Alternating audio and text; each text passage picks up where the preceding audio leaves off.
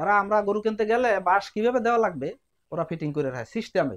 একটা গরু বকর চক্কর বুঝাই ওনাকে 20 কেজি দুধ দেখাই দিতেছে, বাড়ি এনে আমি দুধ পাই মাত্র 12 থেকে 15 কেজি। আসসালামু আলাইকুম ভাই। ওয়ালাইকুম আসসালাম। ভাই আপনার নাম? আনোয়ার হোসেন ফরাজি। আপনার এই ফার্মের নাম কি ছিল? ফরাজি ডেরি ফার্ম, জি। কত সালে শুরু করছিলেন? কাল বলতে এখন থেকে 8 বছর আগে। 8 বছর আগে। আর জি। বন্ধ করছেন কবে? বন্ধ করছে 2 বছর আগে, ছয় দুই বছর বছর পালছি আগে। আমি। শুরু করছিলেন কয়টা গরু দিয়া? দুইটা। কি কি জাতের? ফ্রিজিয়ান আর একটা শাহিওয়াল। হ্যাঁ। শাহিওয়াল করজ আর কি, ফ্রিজিয়ান কয় শাহিওয়াল টাকা করজ। মানে ইনভেস্ট করছিলেন প্রথম? আমি ইনভেস্ট করছিলাম 2,70,000 টাকা। একটা ও গাভি আচ্ছা। কিনছি 1,30,000 আর একটা 1,40,000। আচ্ছা, সর্বোচ্চ খামারে কয়টা গরু ছিল? অবশ্য খামারে আমার 6টা গরু ছিল।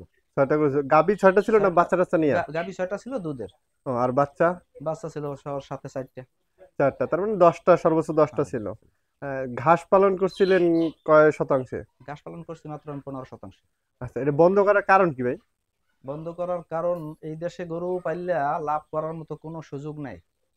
যেহেতু আমাদের দেশে ভালো জাতের ঘাসটা হয় না, উঁচু জায়গা নাই।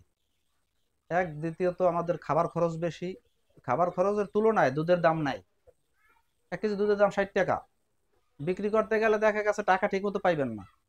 সপ্তাহ ভরে দুধ দেবেন, সপ্তাহ শেষ টাকা দেবে, এখান বাটা কাটবে, ওখান বাটা কাটবে, কইবে ছানা হয় নাই, বকর চক্কর বিভিন্নটা মিলেই ঝিলে ওই জায়গায় এক ঝামেলা। দেখা গেছে আপনার একটা গাবি আমি 3 লক্ষ টাকা কিনে আনছি বাচ্চা সহ। ওর 20-22 কেজি দুধ আছে। আমার ভাগ্য খারাপ, যেভাবে একটা বাচ্চাটা মারা গেছে, অ্যাক্সিডেন্ট করছে, ওর মা কনসেপ্ট করে নাই। তখন গাবিটার দাম থাকে শুধুমাত্র 1 লক্ষ টাকা। তার লস কত? 2 লক্ষ টাকা। আমার দুধ এবার ব্যবসা করছি কয় টাকা আমি। কিন্তু আমরা আচ্ছা। ওদিকে না তাকাইয়া চিন্তা করতাম কি, খালি যে লস লাভ লস হিসাব করি নাই কাগজ কলমে। খালি একটা খারাপ দেখছি ওইটা পাল্টাই আবার এনজিও লোন করছি, আবার একটা জায়গায় ঘুরে আনছি। ওইটাতে লস দিছে, ওই 2 লাখ টাকা লস করছি, ওই 2 লাখ টাকা পুরে আর এদিকে আসে নাই। মাথা দিয়ে আস্তে আস্তে দেখা গেছে ঋণ হয়ে গেছে এনজিওর কাছে। তারপর আমি দেখা গেছে একবার একটা গরু 3 লক্ষ টাকা দাম, ডেলিভারির পরে বাচ্চাটা রয়েছে, মা মারা গেছে। এই জায়গায় আমি 3 লাখ টাকা লস খাইছি। এরপর আমার দুইটা গরু আসলে বাচ্চা কনসেপ্ট করে না, রাগ করে ওর সাথে 2 লাখ টাকা বিক্রি দিয়ে দিয়েছি। গরু দুইটা আমার 4.5 লক্ষ টাকা কেনা। এই জায়গায় 5 লাখ 5.5 লাখ টাকা আমার লস। দ্বিতীয়ত ওই গরুগুলো দেখা গেছে 2 লাখ টাকা গরু আনছি, বেশিরভাগ গরু আসছে এই জায়গায় কনসেপ্ট করে না। বাচ্চা সহই আনছি, কারণ ও জায়গায় তো কনসেপ্ট করে করছে, বাচ্চা হয়েছে, আমি আনছি।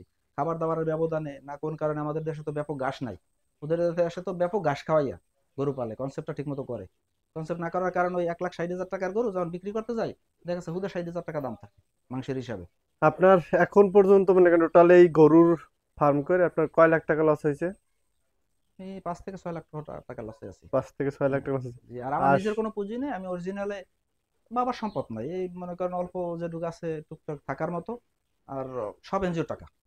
আর কোনো কারণ আছে লসের ক্ষেত্রে? কেনার ক্ষেত্রে কোনো ত্রুটি? কেনার কেনার ক্ষেত্রে ত্রুটি বলতে, এই গরু যারা বিক্রি করে এরা হলে টাউট নাম্বার 1। বাংলাদেশে যতজন আছে প্রত্যেকটা দালাল টাউট। এরা আমরা গরু কিনতে গেলে বাঁশ কিভাবে দেওয়া লাগবে ওরা ফিটিং করে রাখে সিস্টেমে। সব দালাল এক মিল্লা জিল্লা কিরম ঠগাইব চিন্তা ভাবনাই থাকে।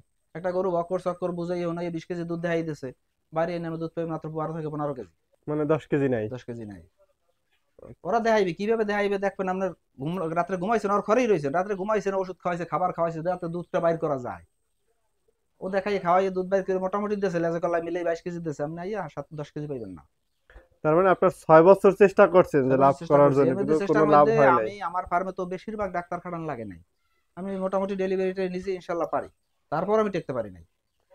এগুলো কি প্রশিক্ষণ দিছিলেন, নিজে শিখছিলেন তা না? আমি মোটামুটি আমার বুঝে সব দিয়ে এনজিওর মাধ্যমে বিভিন্ন জায়গায় বিভিন্ন ট্রেনিং পাইছি। শুধু এইটা না, আমি ওই ভ্যাকসিন টেক্সিন মিলাই জিলাইয়া, তারপরে এই হাঁসের ডিম আমি তুষ পদ্ধতিতে ট্রেনিং নিয়া আমি একবারে 1,000 বাচ্চা বাইর করে এবার ছাড়ছি। মানে আমার ছোটবেলা থেকে শখ, যে জিনিসটা শখ লইবে ওটা আমি করবো, দেখবো আমি করলে বসবি, 20,000 টাকা লস হইবে, 50,000 টাকা লস হইবে, কিন্তু ওটা না করা পর্যন্ত আমার মাথা ঠিক হয় না।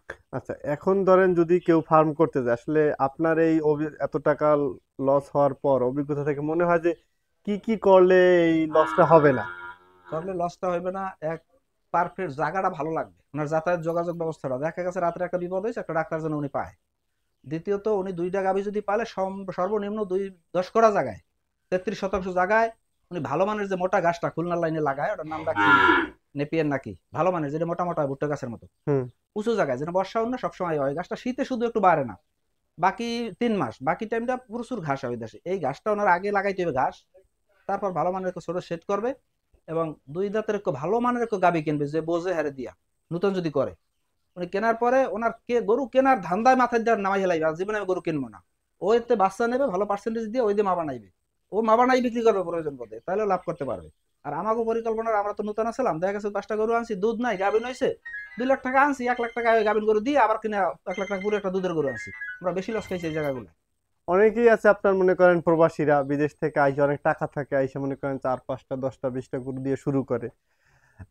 তাদের উদ্দেশ্যে কিছু বলবেন, এরকম যারা প্ল্যান করতেছে? আমরা প্ল্যান করতেছি, আমরা লস খাইবে, আমরা টেকার মতো সুযোগ নাই। যদি ওই 100টা নিয়ে 10টা 20টা গরু ঢুকায় তো উনি মরছে, ওনারা বাঁচার কোনো সুযোগ নাই। ওনার 3টা লোক খাটান লাগবে ওই জায়গায়, 20টা গরু পারলে 3টা লোক খাটান লাগবে, 3 কোটি 60 হাজার টাকা বেতন কমপক্ষে। উনি ওই বেতন দিয়ে এই ব্যবসা টিকাই রাখার মতো কোনো সুযোগ নাই। যদি কেউ ব্যবসা করতে হয় মাত্র 2টা গরু দিয়ে শুরু করবে, 2টা নূতন 2টা গাবি কিনবে, গাবিন অথবা বাচ্চা দেওয়া সহ, মানে নূতন 2 দাঁত, যে নূতন প্রথম বাচ্চা দিছে ওই দিয়া বাচ্চা দিয়ে উনি 20-30টা করুক, আস্তে আস্তে ঘরে ভালো মানে মানের বাচ্চা ছোট আসবে। পরিসরে শুরু করে হ্যাঁ, আস্তে আস্তে কিন্তু আস্তে আস্তে 100টা যদি উনি বেশি গরু কেনে তখন ডাক্তার একজন কিনে রাখা লাগবে, ডেইলি সমস্যা এই গরুগুলো, উনি তো বুঝবেন, উনি তো নতুন মানুষ, যে যা কইবে ওইটাই করবে, উনি মরবে একেবারে জায়গায়। আর ওনার যদি অভিজ্ঞতা থাকে, আইডিয়া থাকে, তাহলে মোটামুটি পারবে। এখন আপনি কি করেন? আমি এখন দোকান আছে, ওই ফিডের দোকান, মুরগির বাচ্চা টাচ্চা বিক্রি আর করি। হাঁস আর নাকি বললেন ওইটার সাথে? না, হাঁস না, ওটা বাচ্চা বিক্রি করতে পারি না, ওটা চেষ্টা করে পরে ছেড়ে দিছি, বাকরা আচ্ছা, বাচ্চা বিক্রি করা যায় না। এখন আমাদের লেয়ার মুরগি আছে, মানে কালার বাট ব্রয়লার টলার পালি। আর আর নতুন একটা প্রচেষ্টা চলতে আছে, দেশি মুরগি হ্যাঁ। ডিম। আমি মুরগি এখন পর্যন্ত সংগ্রহ করতে পারিনি, টাকা টাকা একটু ঝামেলা আছে। আপনার ডিম তো হয়, মনে করেন আপনার বাড়ি ভাবি পালতে আছে, ওখানে ডেলি 10টা ডিম হয়, ওখানে এইভাবে সংগ্রহ করে আমি কিছু দেশি মুরগির বাচ্চা আবার করে ঢোকা লাগবে। নিজে ইনকিউবেটর মেশিন কিনছি কম টাকায়, কিনে নিজে একটা বানাইছি কম টাকা বানাই, ওই দামে একবার 300 ডিম বসাইতে পারি। ওখান থেকে মনে করেন ওই 250 বাচ্চা পাইছি, এই ভিতরে ঢুকিয়ে রাখছি, ওইটা পারলে চেষ্টা চলতে আছে, ওইটা দিয়ে কি করা যায়, আমার মাথায় ওইটা কাজ করতে আছে। দেশি মুরগির অলরেডি বাচ্চা 250 এখন দেশি আছে। মুরগি, হ্যাঁ, এক ডজন বিক্রি করছি টেস্টের জন্য। তো ওটা মোটামুটি এটাও 260টা বাচ্চা বাইরে ছিল, আমি মোটামুটি খাওয়াই হিসাব হিসাব করছি, লাভ হইবে না মনে হয়, এরকম একটা চিন্তা ভাবনা করে ছোট থাকতে বিক্রি করা দর্শি। তাই আমার খরচ খরচা বাদ দিয়ে প্রায় 40,000 টাকার মতো রয়েছিল, কিন্তু মুরগিটা সব বড় করলে আরো কিছু টাকা হইতে। তাই এখন ওইটা মাথার ভিতরে আর কি, গরু টরু থুয়ে ওইটাই কাজ করতে আছে। ব্যর্থতার গল্প শুনে অনেকে সাবধান হবে, বা করলেও ওই রকম ভাবে পরিকল্পনা যে করবে, বা আপনার যে ভুলগুলো হয়েছে বা আপনি যেগুলো পরামর্শগুলো দিয়েছেন, আশা করি এগুলো ফলো করে বা ওই রকম মেনটেন করে করার চেষ্টা করবে। আর আপনার ঠিকানাটা বলবেন? গ্রাম মোহাম্মদপুর, থানা কলাপাড়া, জেলা পটুয়াখালী।